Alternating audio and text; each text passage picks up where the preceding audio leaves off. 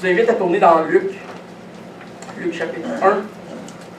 On va voir ce matin les versets 39 à 55. 39 à 55. On a vu qu'il y a eu deux annonces particulières qui ont été faites. Et on a vu qu'il y a eu deux différentes réponses à ces annonces. Mais ultimement, ce que l'on a vu, c'est que les similarités pointent vers une grande différence, celle de la suprématie de Jésus-Christ. On pourrait dire que la foi est le thème ou la substance principale de ce récit narratif que Luc entreprend dans le chapitre 1 et 2. Il nous révèle la naissance de ces deux hommes qui sont à venir, Jean-Baptiste et Jésus-Christ. Dans la troisième histoire, le récit se déplace vers le sud, dans la région montagneuse, dans une ville de Juda, qui nous est dit au verset 39, où Marie va aller rendre visite à sa cousine Élisabeth. Vous savez, ce voyage est estimé par les experts d'être à peu près 160 km. Pour une jeune femme vierge enceinte, 160 km à pied dans les montagnes, c'est quand même un bon accomplissement. Pas sûr que je survivrais. Alors que les deux femmes partagent leur bonne nouvelle, Marie est inspirée à prononcer un grand hymne ou un chant qui est connu par les générations de chrétiens aujourd'hui par le nom de Magnificat. Et on va voir plus tard ce que ça signifie. Prions avant d'aller plus loin. Merci Seigneur Dieu pour ta puissance, merci pour ta grandeur, merci pour ce récit de la nativité que Luc nous donne dans son évangile. Merci parce que l'on peut apprendre sur la foi, sur ses bienfaits et sur la naissance surnaturelle, Seigneur, qui entoure la venue de ton Fils Jésus-Christ sur terre. Merci parce qu'il est notre Sauveur, notre Seigneur, et celui qui vient, Seigneur, enlever les péchés du monde. Et nous voulons te louer, Seigneur, pour cette grande joie que nous avons d'être pardonnés par ton Fils Jésus-Christ. Amen. Donnez-moi 2 secondes.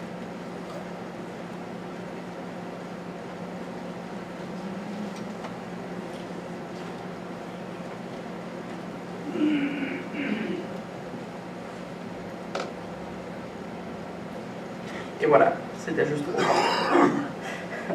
Parfait. Donc, on va lire les versets 39 à 45. J'ai séparé un peu le bloc de texte en 2 idées, parce que naturellement, il est un petit peu entre le chant et la partie comme précédant le chant de Marie. Et donc, on va lire 39 à 45 pour débuter. Dans ce même temps, Marie se leva et s'en alla en hâte vers les montagnes dans une ville de Juda. Elle entra dans la maison de Zacharie et salua Élisabeth.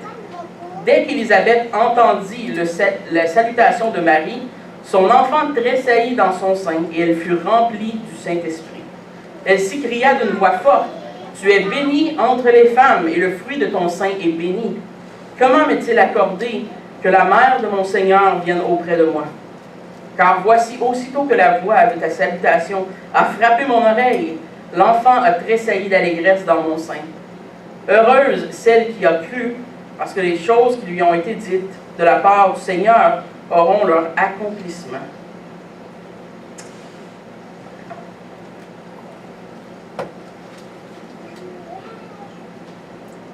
Nous ne savons pas explicitement pourquoi Marie décide de partir sur ce long trajet pour aller rejoindre Élisabeth.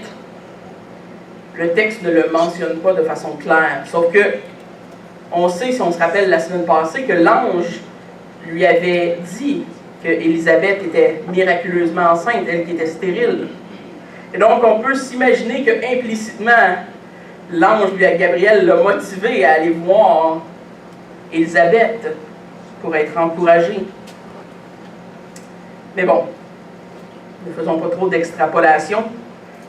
Elle désire voir ce même miracle chez celle qu'elle connaît comme Élisabeth, qui est membre de sa famille. Et donc, probablement qu'elle voulait aussi partager la grâce commune qu'elle avait reçue surnaturellement de la part de l'ange Gabriel. Probablement une des raisons pour laquelle elle a été rejoindre Élisabeth. Un peu un contraste entre Élisabeth, cette vieille femme âgée, femme d'un prêtre, qui a un emploi prestigieux parmi le peuple, et la jeune fille, qui était probablement une très jeune adolescente, début adulte dans la notion juive des choses, qui va, avec un homme, Joseph, qui vont rejoindre Élisabeth. Bon, ça ne dit pas que Joseph l'a suivi, en fait, là. Je ne sais pas. Mais on voit qu'il y a un contraste entre la vieille femme et la jeune femme. Mais tous deux ont reçu quelque chose de particulier. Quelque chose que Marie veut partager à Élisabeth. À l'entrée de Marie dans la demeure de Zacharie, dans la maison, Jean-Baptiste réagit physiquement par le mouvement. Il réagit dans le sein de sa mère. Évidemment, vous savez, à 6 mois, un enfant, vous sentez déjà le bébé bouger dans le ventre de sa mère. C'est pas quelque chose de particulièrement incroyable, si on peut dire. Mais pourtant, le timing et ce que le texte nous dit par rapport à comment Jean-Baptiste le fait dans le sein de sa mère, il y a un lien direct qui est fait par le texte entre la réaction du bébé dans le ventre de sa mère et la salutation de Marie, sa voix. Dans le texte grec, le mot tressaillir signifie de faire un saut ou de sursauter avec une espèce de notion de joie. Faire un genre de bond de joie. C'est donc non seulement que Jean-Baptiste fait un mouvement de karaté bébé typique, un coup de pied dans le ventre, mais Luc nous dit que sa réaction, malgré son état, celle de bébé, enfant, même pas naissant, même pas né encore, est issue d'une joie palpable, d'une joie véritable chez l'enfant. Ce qui est absolument étrange comme notion à avoir pour un adulte, de penser qu'un bébé pourrait se réjouir à la voix de Marie. Évidemment, on en comprend que dans le contexte, tout ça est surnaturel. Je ne sais pas si les noirs dans le ventre de ma femme ont tressailli de joie, je ne pense pas, mais dans ce cas-ci, c'était possible par l'action du Saint-Esprit, comme on va le voir plus loin. À ce moment, il nous est dit que Élisabeth est remplie du Saint-Esprit. Et c'est cette plénitude-là de l'Esprit qui la pousse à s'exclamer de réjouissance face à ce qu'elle comprend soudainement de façon surnaturelle. Ce que le Saint-Esprit lui fait comprendre à ce moment-là est absolument glorieux. Et c'est très comparable à ce que l'on comprend quand on vient à Dieu, quand on est sauvé, quand on découvre le plan de salut pour nos vies, quand on découvre que l'on est pardonné. Et dans son cas, elle découvre qu'elle a un sauveur. Notez qu'Élisabeth reconnaît 2 choses importantes. Elle reconnaît premièrement que Marie est une femme bénie à cause de l'enfant qu'elle porte. Et elle reconnaît aussi que Jésus-Christ lui-même est un enfant béni. C'est intéressant quand même de remarquer que le fruit de l'Esprit dans cet instant, dans ce contexte, produit chez Élisabeth l'assurance que Marie porte en elle son sauveur. Vous savez, elle ne pouvait pas vraiment savoir ça autre que par le fruit de l'Esprit Saint. Et c'est pourquoi elle dirige sa louange en conséquence de cette grande nouvelle qu'elle apprend, la bonne nouvelle de l'Évangile qui est en train de se développer. Élisabeth donne un respect et une place honorable à Marie par sa louange qu'elle lui fait, qu'elle lui porte. Mais nous devons être certains de comprendre qu'Élisabeth, en aucun cas, adore la personne de Marie. On l'a vu un petit peu dans les versets précédents. Mais Élisabeth n'est pas en train de rendre une adoration à Marie elle-même.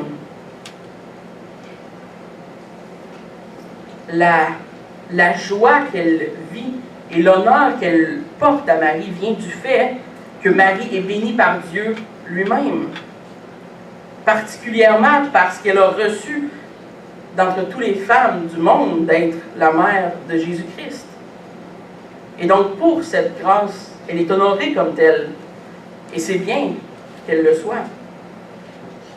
En fait, ce qui est intéressant, c'est que la raison ultime de la louange de Marie est exprimée au verset 43, quand elle pose la question « Comment m'est-il accordé que la mère de mon Seigneur vienne auprès de moi? » Selon Élisabeth, ce qui rend Marie honorable, c'est la foi qu'elle a eue à son rôle et la particularité qu'elle porte dans son sein, le Messie. Ce sont pour ces raisons-là que Élisabeth porte sa louange et son respect vers Marie. Ce n'est pas une adoration de la femme en tant que telle, mais une reconnaissance de ce que Dieu fait au travers de Marie et de comment Marie se laisse diriger par Dieu. Et mais surtout, comment Marie porte son Sauveur et son Seigneur. Elle reconnaît par la puissance du Saint-Esprit qui l'inonde littéralement à ce moment-là, que Marie porte en elle celui dont son âme avait besoin. Son âme avait besoin de ce Sauveur-là. Et remplie du Saint-Esprit, elle reconnaît ce fait. Celui annoncé depuis des milliers d'années au peuple juif, à Israël, celui qui était promis, celui qui avait promis de sauver un grand nombre, arrive. Et Élisabeth vient de le reconnaître. Quel moment d'extase pour elle! La louange d'Élisabeth est dirigée vers celui que Marie porte. Et c'est à cause de cet enfant qu'elle se réjouit principalement. Oui, Marie est honorée, mais elle est honorée parce qu'elle porte le Messie. Ce texte nous permet aussi d'entrevoir une doctrine glorieuse du salut en Jésus-Christ seul. Posons la question, comment est-ce que ces deux femmes de foi ont été sauvées? Comment est-ce que Marie et Élisabeth ont été sauvées? Le texte nous répond par lui-même, vous savez. C'est par la foi en ce Messie que Marie portait. C'est par la foi en Jésus-Christ que Marie et Élisabeth ont été sauvées. Par la même foi que vous avez eue en Jésus-Christ. Ils sont sauvés par le même moyen que nous le sommes aujourd'hui. Il n'y a pas deux saluts et deux moyens de salut. Il n'y a pas un salut différent dans l'Ancien Testament qu'aujourd'hui dans le Nouveau Testament. Jésus-Christ est la seule raison pourquoi ces deux femmes de foi sont sauvées. Christ est son sauveur et elle le reconnaît. Cette femme est remplie de réjouissance. La connaissance de cette vérité la réjouit au point où Jean-Baptiste, dans son ventre, exprime aussi sa joie. Une double réjouissance, le bébé et la mère. Évidemment, le bébé étant surnaturel. Les deux nous démontrent qu'un chrétien devrait avoir une joie renouvelée, un espoir renouvelé par la venue de Jésus-Christ. Évidemment, c'est ce que des milliers et des centaines de gens au travers de l'histoire, après ça, vont vivre. Un renouvellement de l'Esprit Saint, de leur joie. Pour nous, cette joie est déjà accomplie, évidemment. On a la pleine révélation des Écritures. On sait que le sacrifice du Messie est déjà arrivé. Il est mort à la croix. Il a été réalisé. Il a accompli ce que l'Ancien Testament disait de lui, ce qu'il allait accomplir. Il est mort comme un agneau pour sauver les péchés de ses enfants, des élus. Et donc, pour nous, ce qui est un accomplissement était pour Élisabeth et Marie à ce point-là encore eschatologique, dans le sens où c'était des choses à venir. Et vous avez, ce qui est remarquable de la foi de ces deux femmes, c'est qu'ils le prenaient pour acquis. C'était fait dans leur tête. C'était accompli. Le Messie était arrivé. On y voit ironiquement aussi une belle pensée par rapport à la nature sainte de la vie. Comment pour eux, cet enfant était déjà à part entière, le Messie, déjà à part entière un être humain. C'était comme s'il était né déjà. Cette joie produit un fruit très important chez Élisabeth. Elle produit chez Élisabeth la confession de sa bouche que Jésus-Christ serait son sauveur. Et la confession de sa bouche par le fait même que Jésus-Christ est le Fils de Dieu. Et comment aurait-elle pu savoir ces choses si ce n'était que par le fait qu'elle était remplie du Saint-Esprit?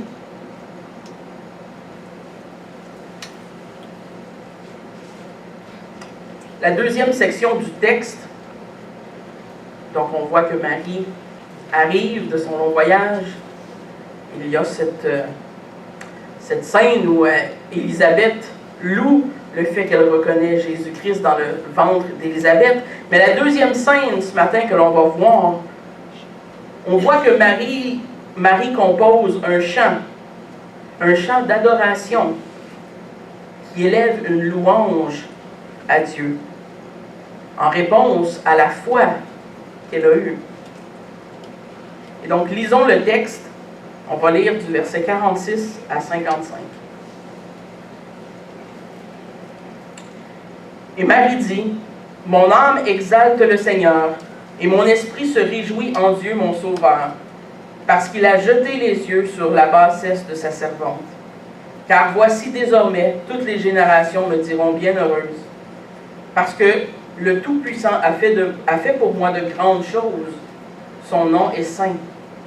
Et sa miséricorde s'étend d'âge en âge sur ceux qui le craignent. Il a déployé la force de son bras.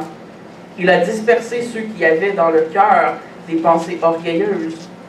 Il a renversé les puissants de leur trône, et il a élevé les humbles. Il a rassasié de bien les affamés. Il a renvoyé les riches avides. Il a secouru Israël, son serviteur. Il s'est souvenu de sa miséricorde, comme il l'avait dit à nos pères envers Abraham et sa postérité pour toujours. »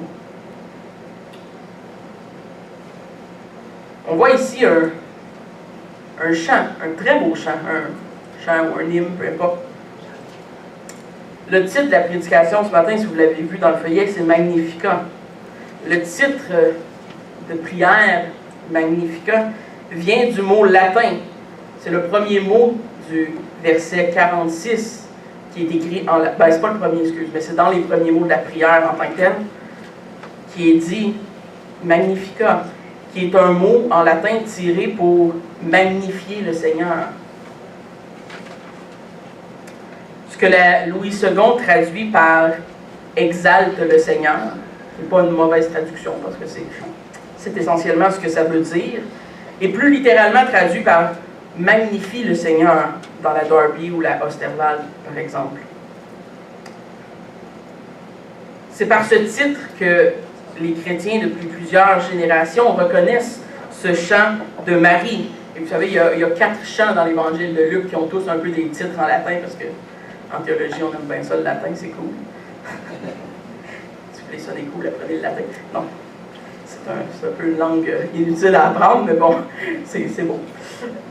Et donc, c'est la première de 4 prières qui vont être vues au travers l'évangile de Luc. Et celle qui est reconnue par les chrétiens depuis d'âge en âge comme la prière Magnificat. Et on pourrait dire que, dans un sens, ça rend Marie une des premières personnes, du moins, à avoir composé un hymne dans le Nouveau Testament. Probablement une des premières à composer un chant inspiré de Dieu, qui est en dehors des psaumes. On pourrait peut-être le chanter, le mettre en parole. Je ne suis pas très bon pour faire ça. J'ai déjà essayé. Mais son chant est inspiré de la foi qui l'anime à ce moment.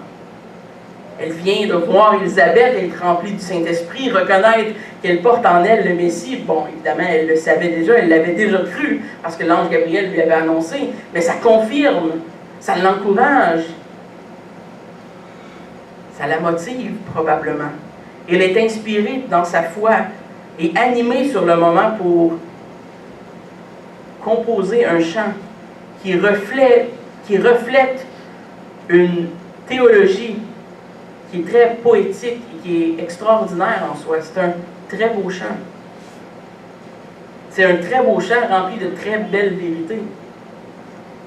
À un point tel où plusieurs ont dit qu'il n'y a aucune façon que Marie, une femme servante avec aucune éducation, aurait pu composer un tel chant. Évidemment, on sait que Marie connaissait probablement l'Ancien Testament. Mais qui aurait su qu'une simple et jeune servante, sans éducation, aurait la connaissance nécessaire pour composer une telle pièce de poésie? Mais de toute évidence, Marie avait une certaine connaissance de l'Ancien Testament, puisque son chant est très similaire à beaucoup de chants de David dans les psaumes, ou même à celui d'Anne dans 1 Samuel 2, si ça vous intéresse, je vous dirais le lire, je ne le citerai pas, mais c'est très similaire dans la structure et les mots choisis. Et le chant fait plein d'allusions, soit des citations directes ou des allusions indirectes, à plusieurs passages de l'Écriture, dans Deutéronome, même dans Genèse. Marie a essentiellement mis ensemble, sous l'inspiration du Saint-Esprit, toutes sortes de textes de la parole de Dieu pour en venir à une espèce d'aboutissement complet dans son chant. Comme si elle aurait pris tout ce qu'elle se souvenait pour en faire une chose compressée de vérité. Remarquez que le travail de l'Esprit Saint est le moyen par lequel il travaille dans ce chant. C'est en inspirant Marie à citer des textes de l'Ancien Testament. C'est quand même ironique d'un certain sens. Parce qu'on vit à une époque où les gens nous disent que l'inspiration du Saint-Esprit produit des nouvelles révélations. Pourtant, tout ce qu'on voit dans la parole de Dieu, c'est quand que le Saint-Esprit inspire quelqu'un, elle produit une reconnaissance des textes de la parole de Dieu qui ont été dits précédemment. La différence étant que sous l'inspiration de l'Esprit, elle comprend maintenant, avec beaucoup plus de profondeur, à la lumière de l'enfant qu'elle porte, ce que ces textes-là voulaient dire. On pourrait dire qu'elle a un regard eschatologique sur tous ces textes qu'elle connaissait. Et c'est une leçon pratique pour nous aujourd'hui, dans un sens, même si c'est simple. Quand on apprend, qu'on lit et qu'on chante les Saintes Écritures, ils deviennent imprégnés à notre cœur. Et par le Saint-Esprit, on est porté à ramener ces chants, ces louanges, cette parole dans nos esprits, dans les moments où on en a besoin, dans les moments propices. L'Esprit fait le travail de nous rappeler les paroles des Saintes Écritures, nous ramener à la parole de Dieu tout le temps. Et donc, autant qu'il l'a fait pour Marie, autant qu'il le fait encore pour nous aujourd'hui. C'est une des raisons pourquoi on fait le catéchisme avec des enfants. Certains nous disent, ouais, mais tu sais, c'est juste un exercice intellectuel, ils font juste apprendre des choses. Je dis à mon fils, qui a créé le monde, hein, James? James, lâche la tablette. James, je te parle. Qui a créé le monde? Dieu, ouais, il a dit Dieu. C'est instinctif chez eux parce que on lui apprend. Oui, c'est intellectuel. James ne comprend pas vraiment ce que Dieu, ça veut dire complètement encore. Mais le jour où le Saint-Esprit va sauver son âme, et je prie que ça va arriver, il va comprendre ce qu'il a appris. Et l'Esprit Saint va utiliser tout ce bagage intellectuel, ce bagage rationnel, pour lui donner une profondeur nouvelle. Et donc, on doit se pousser à étudier, à lire, à apprendre des chants. Bon, pas nécessairement tout le temps par cœur, mais on doit faire ces choses. Parce que l'Esprit Saint utilise ces choses chez le chrétien. Et l'espèce de pensée magique de « je ne vais rien faire, puis mais que le Saint-Esprit m'apparaisse, je vais me mettre à tout savoir dans les Écritures », je m'excuse, mais ça ne marche pas, ça n'arrive pas. Si vous lisez jamais les Écritures, vous ne serez pas inspiré de l'Esprit Saint à un moment donné, à connaître toutes les Écritures instantanément. Il va falloir qu'un jour vous arrêtiez pour lire un peu la parole de Dieu. Et l'Esprit Saint va ramener ces paroles, va leur donner une profondeur, va leur donner une signification dans votre vie. On doit s'efforcer dans un certain sens à faire ce travail, tout comme ceux qui sont venus avant nous l'ont fait. Et donc, on va voir, je pense qu'il y en a 5, si je ne me trompe pas, sujets que Marie aborde dans son chant, dans son hymne. Le premier et non le moindre que l'on voit au verset 46. « Mon âme exalte le Seigneur » ou « magnifie le Seigneur » du titre Magnificat. Dieu est le sujet de son chant. Dieu est le sujet principal de son chant. Et vous savez, il n'y a rien que je déteste plus que des chants où le sujet, c'est nous. Et nous, et comment on aime Dieu, et comment on veut faire des choses sur Dieu. Je ne dirais pas que ça n'a pas sa place. Des fois, c'est bien de dire qu'on aime Dieu, il n'y a aucun problème. Mais un chant dans lequel nous sommes la personne principale est un chant qui est moffé, qui est mopé. C'est pas un bon chant. Dieu doit être le centre. Dieu doit être le sujet de notre chant. Et bien qu'elle est bénie d'entre les femmes parce qu'elle porte le Fils de Dieu, Marie prend bien soin de louer Dieu en premier. C'est Dieu qui est magnifié, c'est Dieu qui est exalté. Et elle commence son chant comme ça parce que c'est comme ça que ça devrait commencer. Elle exalte, elle magnifie, elle augmente la gloire, ce que ça veut dire magnifier. Un peu comme quand on met quelque chose sous la loupe et on le grossit. On magnifie le Seigneur. On le rend évident qu'il est celui qui est glorieux, qui est élevé. Elle fait de lui le centre de son adoration. La connaissance de la vérité nous tourne les yeux sur l'auteur de la vérité. Et ça nous fait se réjouir qu'on connaît soudainement cette vérité, parce qu'on réalise qu'on connaît l'auteur de cette vérité. Et bien qu'elle soit probablement fatiguée de son voyage de 160 km dans les montagnes, ça ne l'empêche pas de louer le Seigneur et de l'exalter et de l'élever avec joie et de faire de Dieu son sujet de gloire. Et vous savez, le danger bien réel qui guette tous les gens, nous inclus, qui sont bénis de Dieu, c'est l'orgueil de la chair. C'est facile pour l'homme de devenir orgueilleux pour ce qu'il reçoit et d'essayer de s'attribuer la gloire des choses qu'il reçoit. Mais Marie ne tombe pas ou ne succombe pas à cette tentation de se péter les bretelles, on dit en bon québécois. Elle magnifie le Seigneur en premier. Pour éviter d'être orgueilleuse, elle redonne toute la gloire à Dieu. Dieu qui est l'auteur de sa joie, l'auteur de son salut et de sa bénédiction. Deuxième.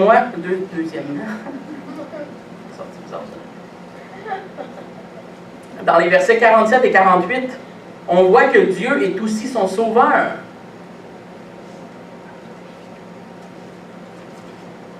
Mon esprit se réjouit en Dieu, mon sauveur, parce qu'il a jeté les yeux sur la bassesse de sa servante.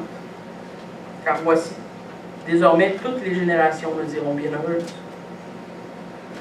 Ce qui lui permet de louer Dieu, c'est aussi qu'elle reconnaît au verset 47 que Dieu est son sauveur. Et c'est à la fois une confession de culpabilité, vous savez, premièrement, mais c'est aussi une confession de la capacité de Dieu à l'arracher des griffes du péché, du mal, de la sauver. Si Dieu est son sauveur, c'est parce qu'elle avait besoin d'être sauvée. Et donc Marie, par ce fait, reconnaît, confesse qu'elle est pécheresse. L'Immaculée Conception vient d'en prendre un coup.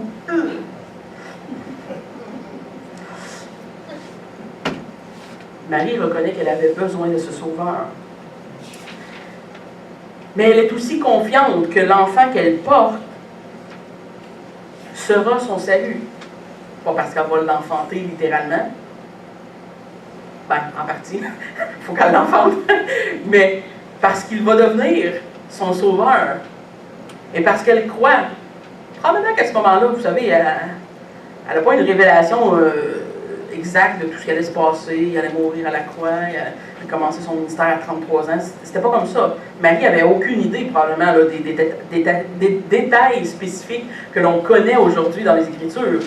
Mais elle savait une chose, c'est qu'elle allait être son Messie. Et c'est tout ce qu'elle avait besoin de savoir d'un certain sens. C'est tout ce qu'elle avait besoin de croire. Souvent, en tant qu'être humain, souvent on met beaucoup d'accent sur les détails, mais ultimement, la foi en Jésus-Christ était assez. La foi que Christ serait son sauveur, que cet enfant qu'elle portait serait son sauveur, c'était assez. La seule raison qui la pousserait à dire que Dieu est son sauveur, c'est qu'elle reconnaît être pécheresse et qu'elle reconnaît avoir la foi de croire que Jésus allait devenir ce sauveur. Quelle bénédiction pour Marie d'avoir compris et reçu cette vérité glorieuse avant même que le fils qu'elle portait soit né. Le verset 48, pour sa part, nous rappelle que malgré la bassesse de Marie, en tant que servante, comme je l'ai dit, je crois la semaine passée, c'était pas une femme de prince, là. C'était une femme de bassesse, d'un statut social très peu élevé. Dieu l'a choisie et l'a graciée, particulièrement d'entre les femmes. Ce qui nous démontre encore une fois que Dieu n'a vraiment rien à faire avec notre rang humain, notre statut social dans notre société. Dieu s'en fout, littéralement. Il n'y a pas beaucoup de choses que Dieu se fout, mais ça, il s'en fout. Ça ne lui dérange pas que Marie soit une servante ou que quelqu'un d'autre soit un prince ou un roi. On le voit de la façon que Dieu traite Pharaon. Dieu ne traite pas Pharaon différemment que tout autre homme qui était orgueilleux devant lui. Ça ne voulait rien dire pour Dieu que Pharaon se dise quelqu'un de grand. Dieu n'en prend aucun soin. Ce qui démarque Marie, c'est son humilité. Son humilité et sa conviction que ce qu'elle avait entendu était la vérité. La foi qu'elle émane. Dieu voit cet aspect du caractère de Marie. Et si quelqu'un croit que Dieu doit lever les yeux pour le voir, lui, qui est très élevé, qu'il s'humilie pour ne pas périr. C'est Dieu qui abaisse le regard à notre niveau. Et c'est ce que le texte nous dit. Dieu baisse les yeux littéralement pour nous regarder de notre bassesse. Pour nous élever. Mais que celui qui croit qu'il est au-dessus de Dieu, et que Dieu doit lever les yeux vers lui, se repente, littéralement.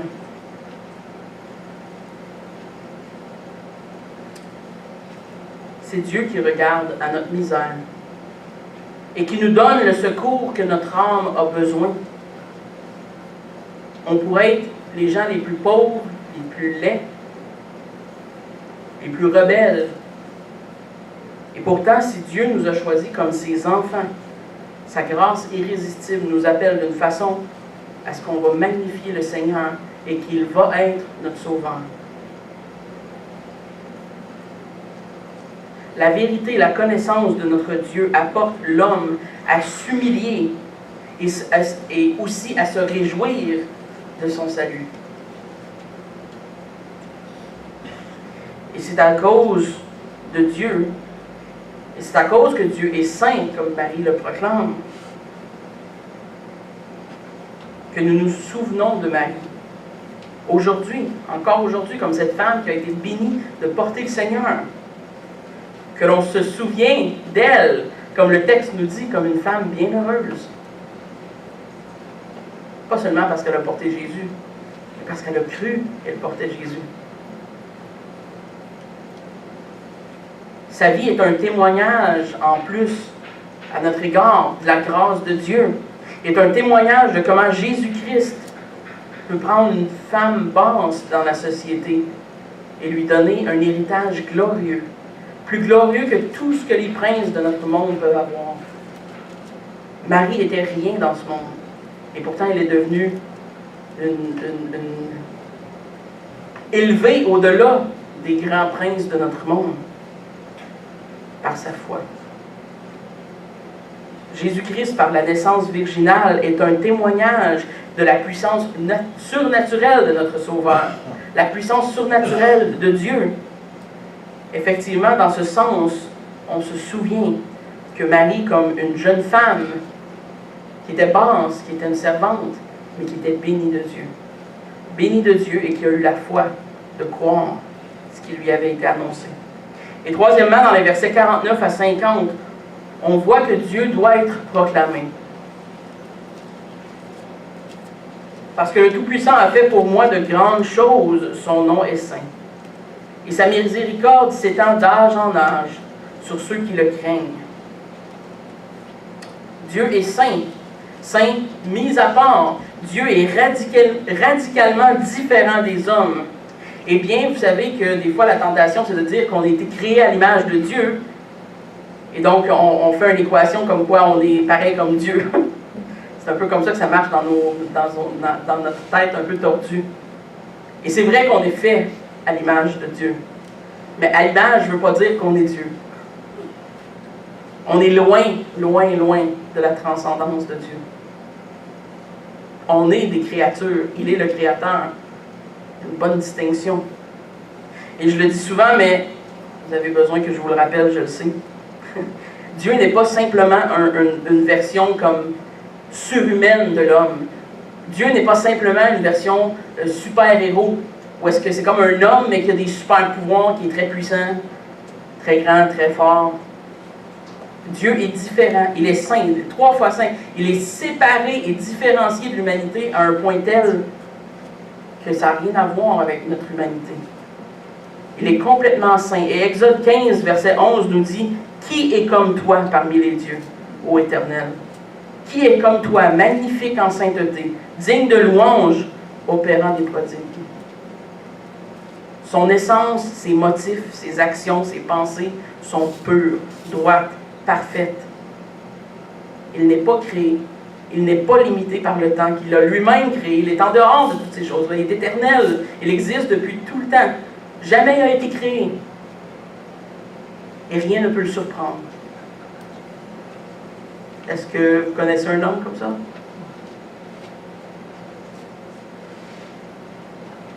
La miséricorde de Dieu s'étend d'âge en âge sur ceux qui le craignent. Marie loue Dieu pour sa miséricorde envers elle, une servante ordinaire, mais aussi pour sa miséricorde envers son peuple, envers ceux qui le craignent. Colossiens 1, versets 12 à 13 nous rappelle cette miséricorde que Dieu a pour son peuple. On lit « Rendez grâce au Père qui vous a rendu capable d'avoir part à l'héritage des saints dans la lumière qui nous a délivrés de la puissance des ténèbres et nous a transportés dans le royaume du Fils de son amour. » Ou encore au psaume 103, verset 17, on lit « Mais la bonté de l'Éternel dure à jamais pour ceux qui le craignent, et sa miséricorde pour les enfants de leurs enfants. » C'est drôle comme la miséricorde et la bonté de Dieu sont souvent rattachées à ceux qui le craignent. Dieu doit être proclamé. Et son nom doit être élevé, il doit être exalté, comme Marie le fait.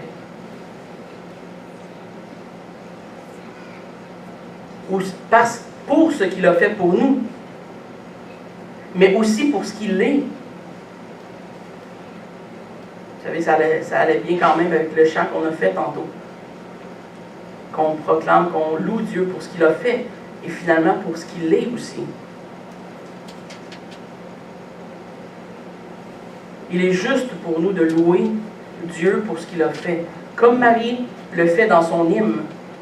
Mais parfois, même notre adoration de Dieu peut être un peu égocentrique.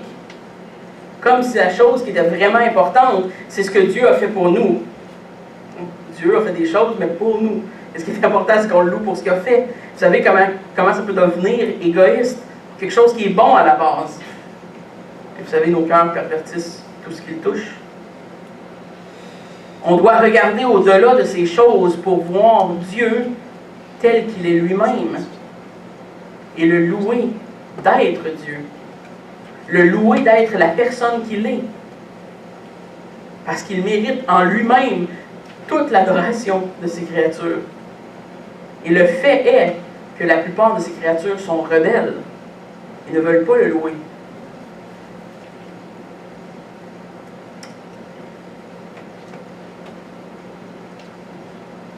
à la suite d'avoir médité qui est Dieu, d'avoir loué Dieu pour qui il est. Quand on va parler de Dieu et ce qu'il a fait pour nous, comme on devrait le faire, comme Marie le fait dans son chant, ça ne sera plus une louange égocentrique, mais une louange qui va être centrée sur la personne de Dieu au travers de nos vies. Il y a une bonne différence à faire entre les deux. Dieu est effectivement glorifié par ce qu'il fait au travers de nos vies, mais c'est quand même Dieu qui est glorifié, c'est pas nous. Nous, on est bénis, on reçoit. Et on peut louer Dieu pour ça aussi. Mais faisons attention de ne pas nous s'enorgueillir, même dans les choses les plus simples de nos vies. Quatrièmement, au verset 51 à 53, on voit que Dieu vient inverser l'ordre naturel des choses sur terre. Il a déployé la force de son bras, il a dispersé ceux qui avaient dans le cœur des pensées orgueilleuses. Il a renversé les puissants de leur trône et il a élevé les humbles. Il a rassasié de biens les affamés, il a renvoyé les riches avides. Ici, le personnel devient national, devient international quand Marie parle. Marie va au-delà de ce que Dieu a fait pour elle. Elle se réjouit de ce que Dieu va faire pour Israël et pour tout le monde, pour tout le peuple. Ce qui est étrange à propos de ces versets-là, c'est qu'ils ont été prononcés au passé, comme si ces choses-là étaient déjà arrivées. On sait très bien qu'ils sont futurs quand on les lit. Pourquoi est-ce que Marie parle comme ça au passé? Mais elle louait Dieu pour le don de son fils. Son fils qui était encore à l'époque pas un enfant né, qui était dans son sein. Aucune armée avait été dispersée, aucun trône n'avait été renversé. Quand est-ce que ces choses arriveraient-elles? Et Marie louait Dieu pour ce qu'il ferait en Christ. Elle parlait au passé, mais elle faisait prophétie sur l'avenir. Elle parlait de cette façon comme si ces choses promises étaient déjà des réalités. C'était déjà des choses qui avaient été faites. C'était à ce point-là qu'elle était confiante que c'était déjà accompli. C'était fait. Les livres étaient fermés. Elle savait que quand Dieu dit qu'il va faire quelque chose, Dieu le fait. On n'a pas à douter, c'est comme si c'était fait. Ces promesses viennent avec une garantie d'accomplissement, qui est beaucoup meilleure que celle de Best Buy, ou Canadian Tire, ou Walmart. Je ne veux pas parler contre vous, compagnie. Actionnez-moi pas, merci. Si quelqu'un faut dire, Internet à cette heure. Disclaimer.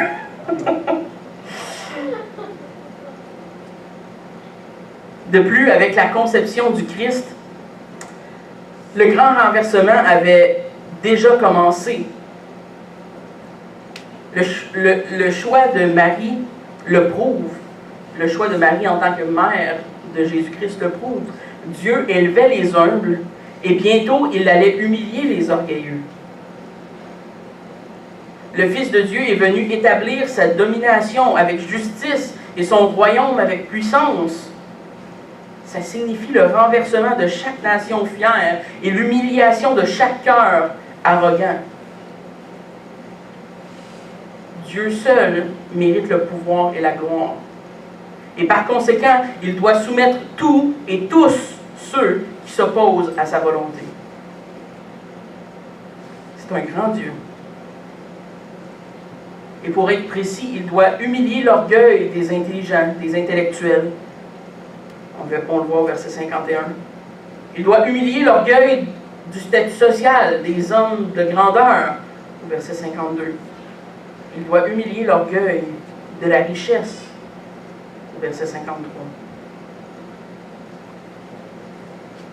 Ne voyez-vous pas, écrivait Martin Lloyd-Jones, que tout ce dont l'homme se vante, son intelligence, sa compréhension, son pouvoir, son statut social, son influence, sa droiture, sa moralité, son éthique, son code de conduite, Tous et chacun sont complètement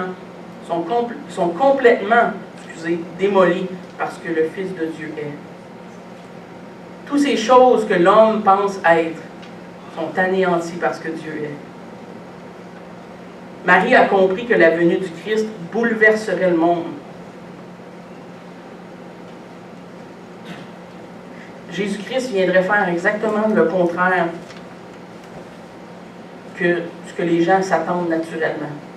On s'attend à ce que les riches deviennent plus riches. On s'attend à ce que les puissants deviennent plus puissants.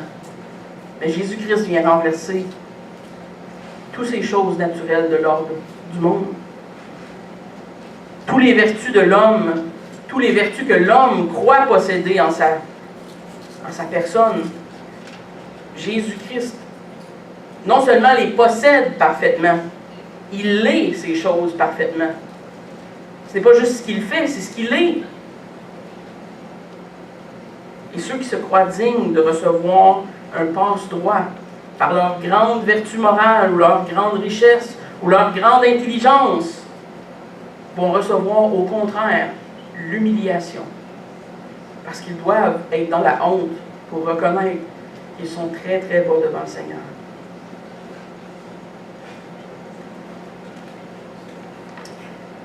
En Christ, Dieu prend les standards conventionnels d'excellence de l'humanité, de la raison humaine, et il les renverse.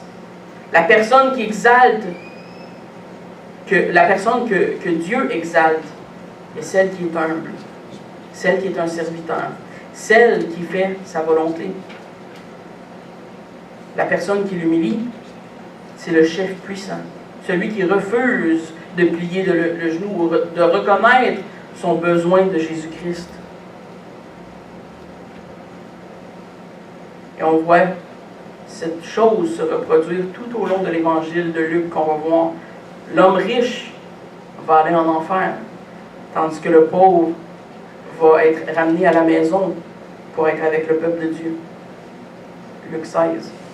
Les prières du pharisien ne seront pas entendues dans le temple, mais ceux du publicain qui se frappe la poitrine vont être justifiés dans Luc 18.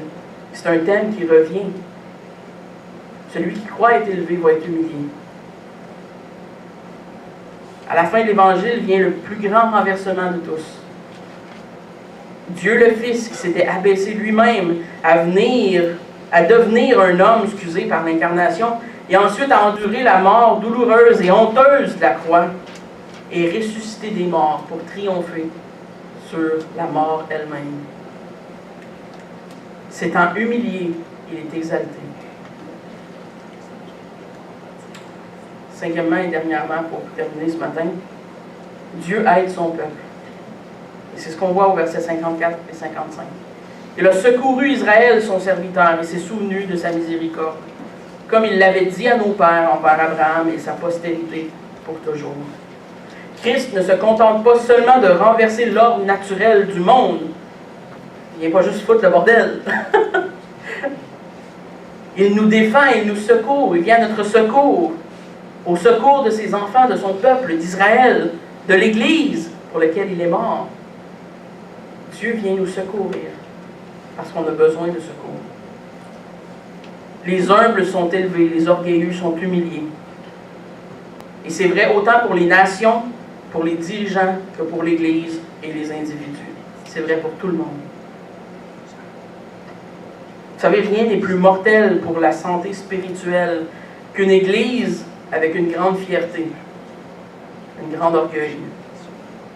Les églises qui se vantent de leur ministère, de leur programme, de leur grandeur, de leur nombre, seront humiliées jusqu'à ce qu'ils apprennent à donner toute la gloire à Dieu. Les églises qui sont grandes ou petites, qui vont humblement faire le travail que Dieu leur demande de faire, verront des vies changées par l'Évangile. Dieu exalte l'humble, celui qui obéit à Dieu, celui qui reconnaît ce qu'il est devant Dieu, pas celui qui se fait croire qu'il est très bon, qui est adéquat. Mais ce qui est bon à retenir dans le verset, c'est que Dieu n'abandonne pas son peuple à la folie du monde naturel. Dieu ne laisse pas ses enfants s'égarer dans l'orgueil. Dieu ramène ceux qui sont à lui. C'est d'ailleurs la fonction du châtiment. Le châtiment sert exactement à ça, à ramener les gens dans le droit chemin. Comme un père châtie ses enfants, parce qu'il veut que ses enfants fassent le bien. Mais il préserve son peuple. Il le prépare à ce renversement. Il nous humilie. C'est comme ça qu'il nous prépare. C'est rough, pareil, un peu à entendre. Mais il nous humilie, il nous sanctifie pour qu'on soit apte à le voir tel qu'il est et que l'on soit apte à nous voir tel que nous sommes.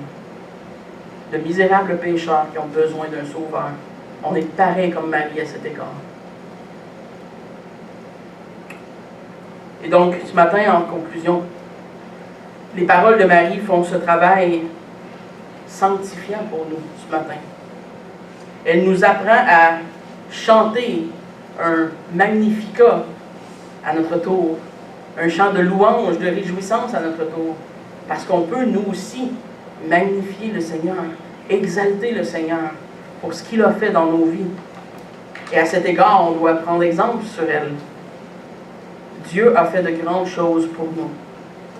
Nous le magnifions pour les actions de notre salut, pour ce qu'il fait pour nous, pour la mort, pour la résurrection de Jésus-Christ.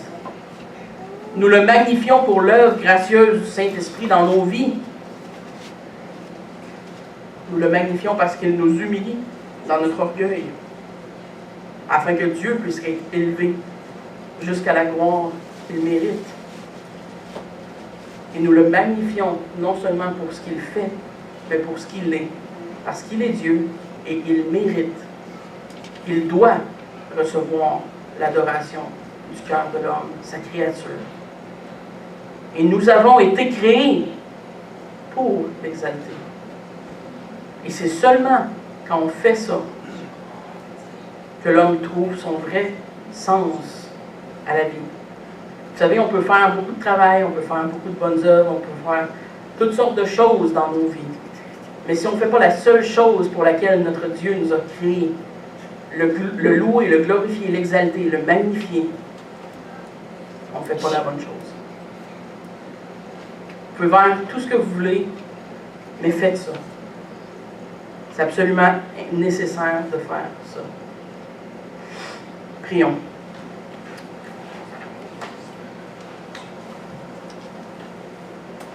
Merci Seigneur parce que on voit dans ce texte de Luc ce matin comment tu as pris cette femme, cette jeune femme de bassesse, cette servante, et que tu lui as donné la foi de voir et de croire ce que tu lui avais dit, de voir que tu étais celui que son âme avait besoin. Et Seigneur, ça nous pousse à te dire ce matin que tu es celui que nos âmes ont besoin. Nos âmes ont besoin de toi, d'un sauveur, d'un Seigneur. Tu es notre Dieu, tu es le seul Dieu. Nous voulons te louer parce que tu es 3 fois saint. À tout égard, Seigneur, tu es parfait, saint, pur, redoutable. Apprends-nous à te craindre parce qu'on veut être ces humbles qui sont exaltés ultimement. Merci parce que tu prends soin de nous, que tu ne nous abandonnes pas. Merci parce que l'Esprit Saint travaille dans nos vies, à nous rappeler tes paroles. Merci pour toutes ces bonnes choses que tu nous donnes à chaque jour, dont on peut jouir dans cette vie. Merci parce que c'est toi qui en es l'auteur, qu'on peut prendre plaisir, Seigneur, dans ces simples choses. Amen.